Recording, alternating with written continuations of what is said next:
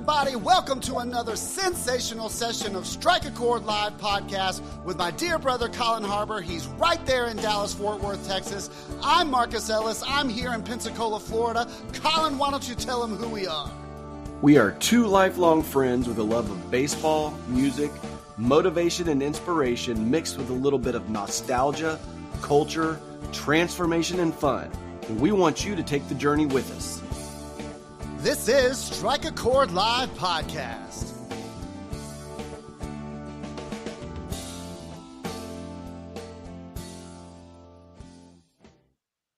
Hey, did you notice? Oh, what's going on here? Did I notice what? Did you notice that we were on screen for a second? Did you know that? Yeah. Okay. I did notice. And I did the music sound like a Warbly 45 record to you? Yeah, not really. But I was watching on YouTube, and then all of a sudden, okay, see, that's what happens. Good morning, everybody. That's what happens when you take 2 weeks off. So before we get started, I'm just going to introduce Dr. Jonathan Lazar. As you can tell, we're extremely professional. We love to have fun, and we do this thing. So, man, we have taken a couple of weeks off. I was moving. We had a death in the family, all the life stuff. And it was just like, okay, we're going to take a couple of weeks off.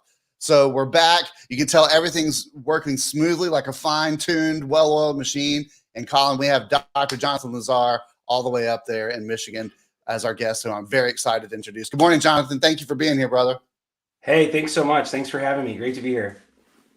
Yeah, that was an incredible intro there. I'm not sure what happened, but that was fun. Yeah, I noticed Dr. Lazar takes better care of his beard than I do. So I'm again, we've taken 3 weeks off, so it's kind of, I forgot, I kind of have to clean up a little bit before I come on this video. You look great, Colin. You look great. Thank you. Well, real quick, we like to recognize the folks that are listening and watching. Of course, Robin Welshin's here, who hooked this whole thing up. We love you dearly, Robin. Thank you so much. Good morning, Summer Star. Good to see you. The Santa Rosa County Great Debate is here. Good to see you. We love all you guys. Let's get going. All right. So we've been trying to get Dr. Lazar on for a while, and because Robin has been telling me about this amazing human being for a long time. And so we finally got him on. And so we're just going to put him on the spot, Colin, and we're just going to have him tell us his story in the beginning and what led him to this life of practicing wellness in medicine. That's great. That's what we need to do. Absolutely. Yeah. I love it. Well, Robin's pretty awesome. We're super blessed. Everything's a God thing, but that was really a God thing, how he brought us together. Short story long, I was going to be a medical doctor, and there were some crazy events that happened in my training. And I thought, you know what, that's not the right thing for me. So I turned down my seats in medical school and said, I know what to do. I'll just not do anything like that. So I was in engineering and marketing and some different stuff, recruiting. And then realized I wanted to be a doctor. I just wasn't sure what. And so I thought back over the years, and my chiropractor growing up, Dr. Gary Wanamaker, he worked 3 days a week and drove a BMW 750, had a Porsche 911 Carrera, and a Corvette. And I was like, I think I'll do that. So I told my wife that that's what I felt we needed to do. So we sold our house and we moved to Iowa. And once I got there, so I did it as a career. I thought it would just be a really cool career. And I got to chiropractic school in Iowa, and my world got rocked. I was in finals. We had a daughter at that point because, I was doing other stuff before I decided to become a chiropractor. And I had, to that point, had cancer, dealt with some digestive surgeries. I was on 9 prescription medications, antidepressants, anti-anxiety, blood pressure medication, inhalers, steroids, narcotics for migraines, all of this stuff. And I just thought that was normal. I was a slave to illness, and I thought that was normal. And so I'm in chiropractic school. I'm in this moment of crisis and finals. And I call a friend of mine and said, look, I was just in the hospital with bronchitis and pneumonia. I don't know what to do. And she said, you need to come get adjusted. And I thought that was stupid because I'd been getting adjusted for years. But she had this weird technique, specialty things she did that I didn't know anything about. And longer story short, she took the brain stem pressure off. It felt like having my pulse taken. I thought I was getting ripped off because it didn't feel like she was doing anything. And within the next hour or two, I wasn't coughing. I was breathing. It was unbelievable. It was miraculous. And I didn't take any medication, which was super weird. And then over the course of the next year, I was able to get off 9 prescription medications. And what I learned through that moment, and that season, if you will, was that the power that made the body heals the body. And we're not sick because of medication deficiencies. If God created us and we're fearfully and wonderfully made, and he put this control system in us, and we're not being controlled properly, in other words, our body systems aren't working, then for goodness sakes, why don't we look at that control system instead of just trying to cover it up and numb it and freeze it and burn it? So that was a life-changing experience. And then went into round 2 of a life-changing experience when my brother died 2 years after that from a pain medicine interaction that he was taking, he was taking as prescribed, and we lost him at 35. And so that dichotomy for me was like, okay. And in James, it says to know the good you ought to do and not do is sin. I felt like if I didn't devote my life to being best in the world at that I literally would be sinning and not doing what God put me on this planet for. So that's how it started. Wow. Well, that's the microphone drop. Show's over. See you later. Thank you so much. Right, Colin? I like hearing these stories from people about how they got to their career, right? Or how they got to their career, profession, or calling, or whatever you want to call it. But also, I think he gave us a good title for the podcast, right? It's always hard to make a title. He gave us. I'm not going to share it right now. Okay. You're just going to leave both of us, Jonathan and I, in suspense. You're not going to tell us. You're going to have to wait till the spirit's moving. The spirit's moving. I like it. Well, here's the thing. So you're telling me that. So you had all these symptoms and all these things going on, but a simple chiropractic adjustment remedied that? Yes. It was a specific kind, though. I mean, I had been under chiropractic care for 10 years at that point, and I never felt any better. That was the thing that was weird. And I didn't know that. I mean, I don't feel better when I go to the dentist. So I didn't know you're supposed to feel better. I just went because it made sense to me logically. I take care of my teeth. You know, maybe I should take care of my spine. Like, it just kind of, I mean, my parents took me when I was in high school. But I kept going because it made sense to me, but I never felt any better. That's amazing. That's amazing. So what is, and let me ask you this. So there's this life-changing moment. What is the schedule? How do you keep your body in check? You know, what are the things that you are doing from that moment on to not regress and go back? Yeah, that's a great question. You know, people will say really nice things about chiropractic, like once you start going, you have to go the rest of your life, or it doesn't really work because if you stop, it's, you know, then it doesn't work. And, you know, I feel the same way about dentistry. You know, I mean, if I stop going, my teeth are going to get messed up. So dentists must not know what they're doing, right? Or, I'm sorry, is it Passive Aggressive Friday? I don't No, know. let's go. I think you do not like going to the dentist, and you may be an anti-dentite, like they said on Seinfeld. Well, not to get totally off track, but when I was looking up, Jonathan, there is a dentist that somebody had a rave review about a Dr. Jonathan Lazar, that he was the most gentle dentist they had ever had. Oh my goodness. Hey, kudos, man. So anyway, so the thing is, but you know, I'll say that showers are pretty effective too, but you got to reapply.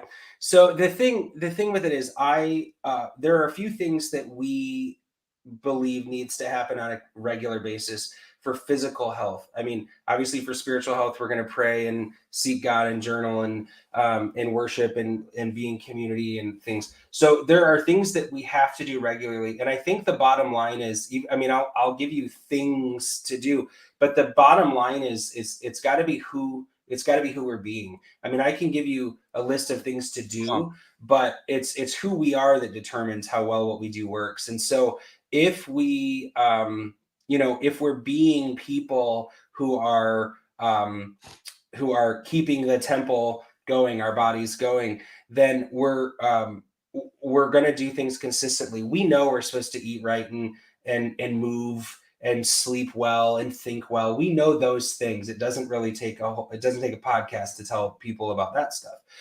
What's missing, and I think this is kind of where God has really expanded our territory, is that what's missing are alignment, nerve flow, blood flow, and cellular repair. Those are the four, and we call them biohacks just because people pay attention to those words, but they're really not hacks. I mean, alignment matters if you're in a car. If the door on the hinges isn't aligned properly, that's not going to work well. If a relationship isn't aligned properly, it's not going to work well. So alignment matters, because when we're out of alignment, our body's going to break down and we're going to wear out every joint in our body. So we can address that. We can fix that, but it has to be repeated. So I personally get adjusted twice a week.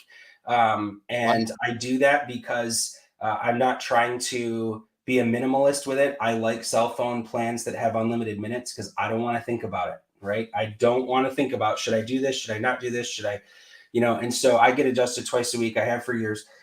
Nerve flow is the most important because your brain and body communicate through the nervous system. And so if we cut the nerve to your heart's going to stop and you're going to die. And that would be a bad day for everybody else. And so but if you choke the nerves to your lungs, you might get asthma, you might deal with chronic breathing problems. You might just be a little winded in the bottom of the ninth. I don't know, bottom of the seventh, bottom of the ninth, the game's over, right? See, that's how much I like the Tigers.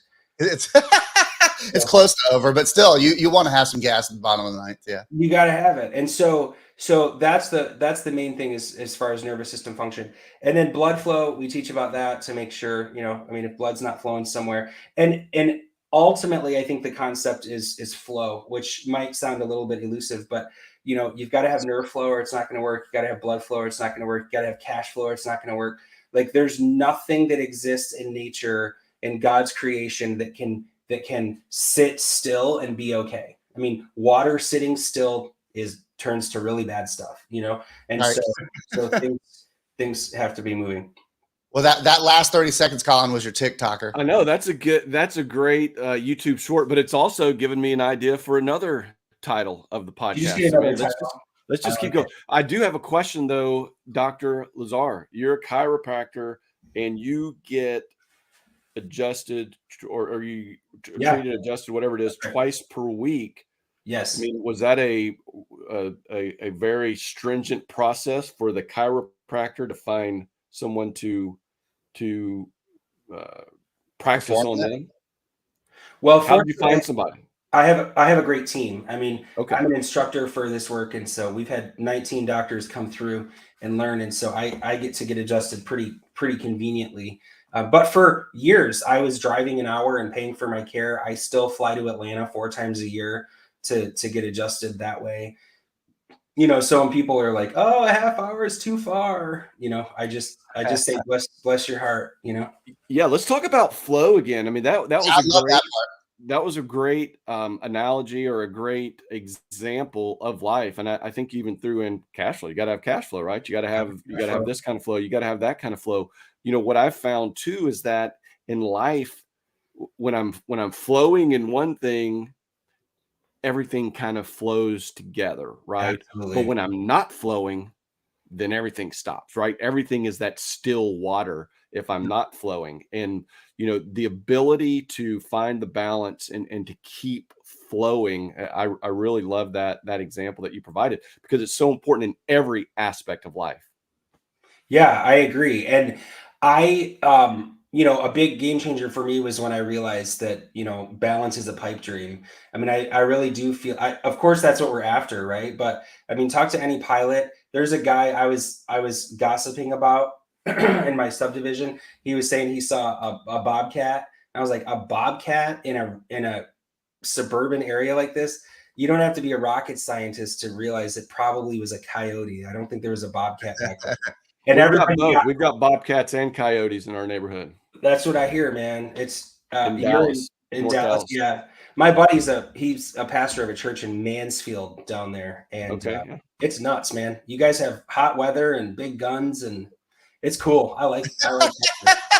So, but anyway, the neighbors were kind of acting weird, and I'm like, "What? Why are you acting weird?" And they're like, "He literally is a rocket scientist. He like taught for NASA and stuff, and now he teaches at University of Michigan and whatever." So anyway, the as far as that's concerned, you got to have I lost what I was saying. The rocket scientist thing threw me. So, but I'm sure it's a huge. Well, we were talking about flow, and the cool thing about this, and I see now why Robin, and suggested you come on, is this is what Colin and I talk about every session on Strike a Chord Live Pod. Is mindset, mindset, mindset. Yes. You are what you think. It's Henry Ford. Whether you think you can or whether you think you can't, you're right. That's right. And real quick, I want to. We have a dear friend of mine, Angela Beller, who helps me with my gut, because the gut, as we know, is attributed to everything in the brain. And I wanted to connect you to Angela Beller and Dr. Jonathan Lazar, because I'm sure y'all will be doing a podcast later. But gut health also is something that Angela taught me. That is attributed. I mean, it's connected to your mind, so it's attributed to mindset. If you're feeling bad in the gut, you're feeling bad in the head too. Correct? True story, 100%. So one of the coolest things about it, and I'll tell you why our lane is nervous system. We are not in the nervous system lane because none of the other lanes matter. We're in the nervous system lane because nobody else is doing it, and it needs to be done. I mean, like it's nothing. It's a here I am, send me kind of mindset. Like, hey, wait a minute. The nervous system controls how my heart works and how my lungs work, and how much dopamine and serotonin are produced for my brain, and how I digest my food, and how my immune system works, and how I sleep, and how I think, and how I move, and how I breathe. So that sounds kind of important to me. So we should be checking that regularly, right? And in the United States, when you're a kid, the doctor will hit your knee with a reflex hammer to see if the nerves in your low back are talking to your leg muscles. But other than that, unless we have Parkinson's or multiple sclerosis or epilepsy, nobody is paying any attention to the nervous system. And then when stuff goes bad and we have migraines and we grind our teeth and we're dealing with anxiety and depression and high blood pressure and insomnia and infertility and autism and ADHD, all of which are, controlled by the nervous system, we're like, oh crap, bad stuff happens to good people. And it's like, well, wait a minute, what are you expecting? We're not doing anything with the nervous system. The cool thing with the gut is, the primary places that serotonin and dopamine are produced, where we feel good mentally, is in the brain stem. So that's kind of cool because we work on the level of the brain stem exclusively. So that's a huge, huge player. And the secondary area in the body where that's produced is right in the gut. So that it's the brain gut connection is huge. So we get the pressure off the brain stem. That allows the nervous system to do what it needs to do. And if the nervous system's not working, you can't absorb things in the gut. You can't digest things. So you've got to have nervous system function, and then you get gut health taken care of. You're unstoppable at that point. Yeah, you've got to be careful when you talk with Mark about medical stuff and wellness stuff, because sometimes he likes to act like a doctor on here. He'll start throwing out big words like dopamine and all that kind of stuff you were just talking about. So now you're just feeding Mark. You're just feeding him. He's going to go out and talk today about dopamine and all that kind of stuff. So do it. All right. Well, I mean, but those are the things that we're talking about. And Angela, she's talking right now, originates in the gut and travels to the spinal cord. It's unstoppable. Literally changed my life. We're talking about things that here's the thing. What I like about what you're doing, Jonathan, is you're combining two segments. You're combining the wellness segment of good eating and food and exercise and all that, but then also the mindset aspect of it that is connected to. I don't think anybody else is doing that. So my real question to you is, when are you moving to Pensacola, Florida? We have the Gulf of Mexico here. It's I need a good spinal doctor. No, I'm just kidding. No, but seriously, how can people? Before I ask you this, let me ask you this other thing. You've mentioned your faith a few times this morning. Does your faith, has it prompted a service mentality in you? Like, do you go out seeking to serve others, or is that just a byproduct of the business? Well, you'll remember I started doing this because my chiropractor had 3 really cool cars. So no, we totally do. So for example, the short answer is yes. I mean, it might be weird to, say, but like we don't. We are huge members in the Patriot Project, and so people that were injured in the military, we never ever charge for care. And in our office, we do this specialty type of care. We've got high intensity laser therapy. We do stem cell therapy because um, the lenses we look through are that health and healing comes from above down, inside out. And so everything we do is about tutoring your body to do the work, right? Like we don't hire our kids are homeschooled, but we don't hire people to take the tests for them because they would never learn anything. So we don't have any procedures, we don't have anything we do that does stuff for your body. We remove the interference so nerve flow can be better. We apply, patented signals so the blood flow can be better. We put acoustic waves in so stem cells are sent to that area, but you're not using aborted fetal tissue to, put stem cells into your body. We're having it so that your body that was created does that. So the stuff we do is inside out, and we share that with other people. So people in full-time ministry, we don't charge them for care. We don't charge people in the military. And we've recently started a foundation. It's called the Rooted Foundation. It's based on scripture in Colossians, and that allows people that don't have access to care like this to get care. And so that's the Rooted Foundation. So yeah, I mean, when I was in high school, I was going to go to medical school, and then of all things, the power team came to my church my senior year in high school. And John, whatever his last name was talking and about the woman who took a year of wages and bought perfume and poured it on Jesus's feet. And what I realized in that moment, as a really smart 17-year-old kid, I suppose, was that I'd given God everything but my career. Like I was planning on going to University of Michigan and doing this program where I was going to do undergrad and med school at the same time and whatever. And God said, hey, so that's cool, but are you going to give me your entire life or just part of it? So I turned down that scholarship at University of Michigan, decided I was going to go into the ministry. You know what I'm talking about, right? Sure. The ministry, right? Yeah. Vocational ministry. So I went to Evangel University in Springfield, Missouri to study biblical studies and music. I had no idea what I wanted to do, but I got there, and then it was like an Abraham Isaac moment. And God said, hey, man, this is great that you're here. I was home in Michigan speaking at a Bible study that I started in high school, and I was visiting, and God said, hey, see how you can do both. And so then I was this like big rebel in Jesus' name, because every time the missionaries would come and be like, who's called into the ministry? I'd stand up and they'd be like, what are you going to do? I'm like, I'm going to be a doctor. And they would judge me because they're like, that's not the ministry. But I'm serving people that haven't stepped foot in church yet. And then of course, that's where we meet them. But I lead worship at church. And so I'll invite them. I'll be like, hey man, come hear me sing. And I don't care if people hear me sing or not, but that'll get them into church and that sort of thing. So God uses it. It's 100% a ministry. I mean, of course, that's how I feed my family and stuff too, but we do other stuff. I consult and coach. And so that I don't want the only thing I do to be this, because I don't want to ever take care of people for the money. Like, yes, we get paid. We are a for-profit business, but I have other things that I do so that I'm never looking you in the face and saying you need this, when really it's because I need this. Right. So I don't know if that answers your question, but. No, it really does. And Colin, I'll give you a chance to speak. I just want to say I appreciate that, because there's a lot of times where in medicine of me growing up that I've been like, yeah, I'm not taking that. You can prescribe that to me all you want, but that doesn't make sense to me. So I appreciate you coming from a heartfelt level of not just trying to load somebody up so you get a kickback from a pharmaceutical rep, or something like that.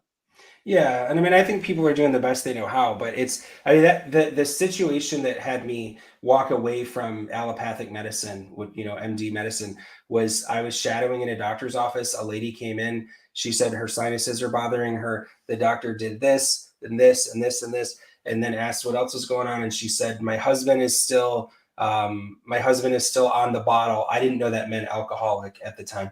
My husband's still on the bottle. My son is going through a divorce. I'm afraid I'm not going to see my grandkids anymore. And I just don't know what to do. And I still have my journal behind me. And I wrote, needs to join the ladies bowling league at church. That's what I wrote down in my journal. And the doctor said, hey, Jonathan, will you write a prescription for 20 milligrams of Paxil for her, please? And I kind of looked at him like, are you kidding me right now? And you know, I'm an intern. I can't say that. So I like write stuff, give it to him to sign. He tears it off and hands it to her.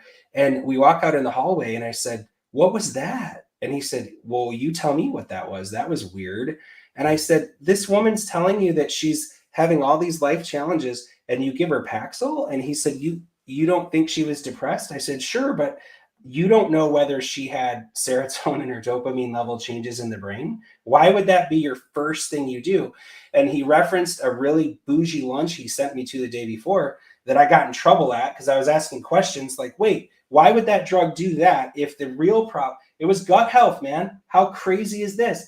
They were promoting the purple pill, Nexium, and they said these proton pump inhibitors, they suppress the hydrogen ion production and whatever. And so I'm in the back, like I'm a nerd. I'm like, hey, I have a question. I guess you're not supposed to do that when pharmaceutical companies are paying for this really expensive lunch for you.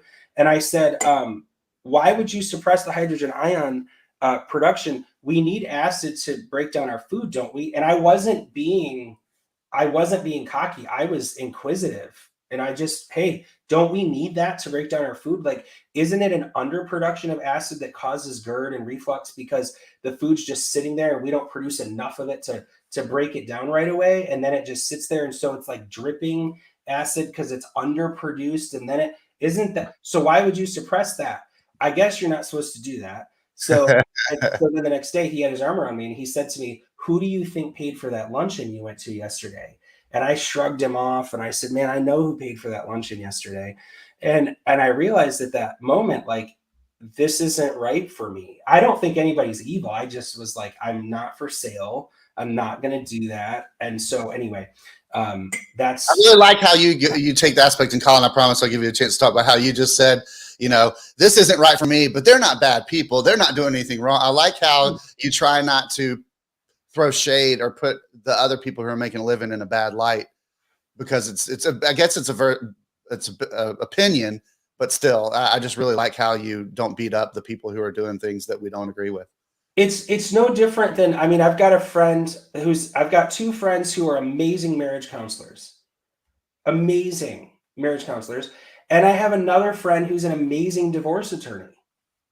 Like, they're fantastic people. I don't want the services of my friend that's a divorce attorney. And while he knows marriage, I'm not really going to ask him marriage advice because he'll tell me really important things like don't cheat on her, don't hit her, don't mess with money. And I'm like, Tim, dude, my goal is to love Carrie more than any man has ever loved any woman ever on the face of this earth.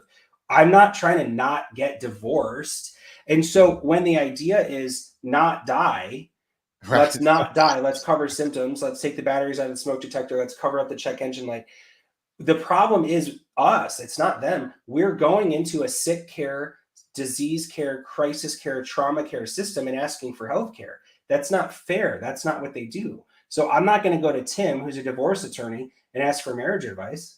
That would be a waste of both of our times and expensive and ineffective. So I'm going to go to the people that have been married 60 years and still kiss goodnight and hold hands, and he opens the door for her and they pray together every morning and every night. That's who I want advice from. And so the more people on your team that are health experts, the healthier you're going to be. The more people on your team that are sickness and disease experts, you know, do the math. There's nothing wrong with them. Just stay away unless you have to, you know. Man, Colin, I promise I'll let you talk. No, that's fine. I'm just thinking about all the medical stuff that Mark's going to be talking about the next 2 weeks. There was acid breakdown. Don't take Nexium. Dopamine again. So, I mean, I can't wait till next week. That's for sure. We're going to have Dr. Marcus Ellis. But what you just said, the last thing you said, Dr. Lazar, was I'm sorry, I'm drawing a blank, but go to the health experts as Yeah, opposed yeah, to the disease experts, right? yeah. And I think you can apply that, and it was something like that, but you can apply that to anything, right? It's more about it's almost more about the positive people than the negative people. Um, Yeah. having the right people in your life, whatever you're doing, whether it's business, whether it's public speaking, whether it's selling houses, whether it's Church. chiropractor, whether it's 100%. church, whether it's just walking down the street. Do you want to have the right people in your life, the right people around you to succeed?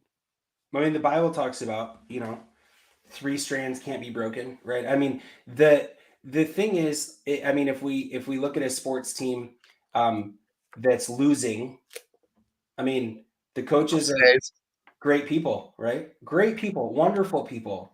But if the team is losing, you don't keep that up. And so I just say, look at results. I mean, we're spending $2.6 trillion a year on symptom management in a disease care system. And the whole point is that they're helping us not die. That's the whole game. It's $8,300 per man, woman, and child in the United States. So I'll give you a check January 1st, $33,000, and you can spend it however you want if you're a family of 4, but you have to be healthier. You're not going to spend it the same way that people spend insurance dollars. And the idea of I'm going to do what I want, and you, sick care doctor, are going to fix it, and you, third party payer system, are going to pay for it. Where else does that ever happen? Like, when I go to the grocery store, I buy my own stuff. I mean, I'm not paying for that. Somebody else is. I mean, it doesn't work that way. And so, and then, it's everybody is so dependent on insurance, but, passivity is not a good thing anywhere in the world either. Like, insurance or the government shouldn't determine, I mean, our health is our responsibility. And so, they're using sick care insurance. It's not health insurance.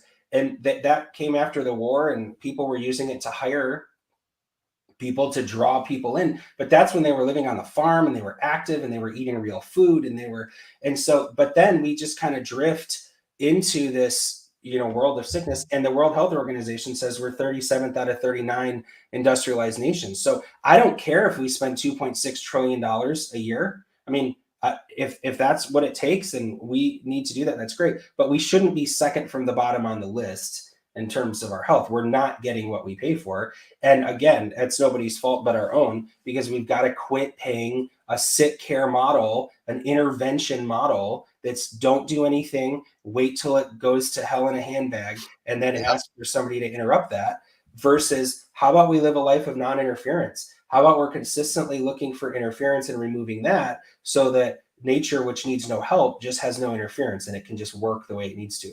And we like that idea. There's not a lot of money in it, but it's really cool. A least resistance lifestyle is what I hear you saying.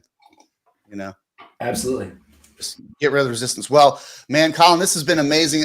Jonathan, would you come on again, because we're out of time, but I think we could talk another 4 hours. As long as we use really big words and stuff. That would be really cool. Yeah, that's all. Mark's just trying to get his. I like to pontificate every now and then. He's just trying to get some licensing here, so he needs more big words. He needs more education. Well, the thing is that the comments have blown up, but we've had tons of comments. Read them, Jonathan, and we'll connect you with all that. But I know that you have a bunch of fans now on here that the comments are blowing up. So I have Dr. Jonathan Lazar's website up, www.lazarspinalcare.com. You can find him there. He's written a couple cool books that I had a link up earlier. But Jonathan, we just appreciate you being here, and let's schedule another return, because we like hanging out with you. Hey man, you guys are awesome. Thanks for doing what you're doing. Dr. BJ Palmer says, you never know how far reaching something you may think, say, or do today will affect the lives of millions tomorrow. And, we know of 16 suicides that were canceled because of care like this. And I just really appreciate the opportunity to share hope, because, there are people listening that might be encouraged. And we know a guy that canceled his suicide. It was scheduled for 5:00 on Tuesday. And his wife said, we got to take you into this weird doctor we heard on the radio. And he said, when? And she said, Tuesday. And he said, what time Tuesday? And she said, 11:00. And his suicide was planned for 5:00, but he canceled the suicide because he got hope and started getting results. And so thanks for the platform, man. Thank you for the opportunity to share, and God bless you guys. Keep up the great work. Thank you. Thanks for joining. You too, brother. Absolutely. Let's do it again. All right.